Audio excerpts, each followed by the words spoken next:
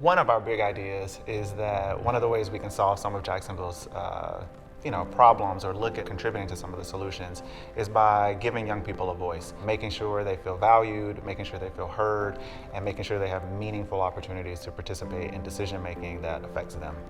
Thinking about the culture of the school and how we can maybe make it safer, make it healthier, the students decided to sort of shift the focus. Instead of focusing on things that aren't working, how can we focus on the things that are? So one of the things they did at the end of this school year was acknowledge the teachers who showed excellence in student engagement.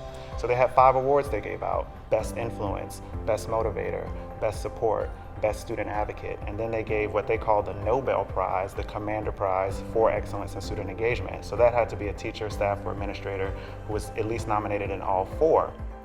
So what it did was shift the focus to these are the behaviors we want to see more of, and we think that'll go a long way in letting teachers, staff, and administrators know our kids are listening, they're watching, and they respond to and acknowledge and celebrate these behaviors.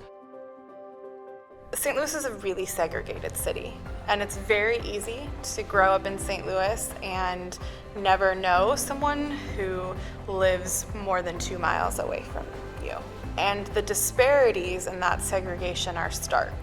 So having the opportunity to have students from schools that are intentionally underfunded, along with students who go to schools at places that kind of feel like Disneyland, and putting them in a room together, adolescents are amazing because they immediately find their connection points. And then through this support from America's Promise, we also launched a youth ambassador program. And we took youth from across the St. Louis region from very different neighborhoods, put them together for 4 full days, exposed them to not just information about trauma or self-care, but also exposed them to activists and community organizers and change makers, and helped them start to develop a plan for how, even when they're the students and often disempowered within buildings, they can affect change. They immediately find the things that they have in common and that connect them. And then they're able, through that relationship, to really interrogate what's different, right? And to question, why is it that my school looks one way and your school looks a different way?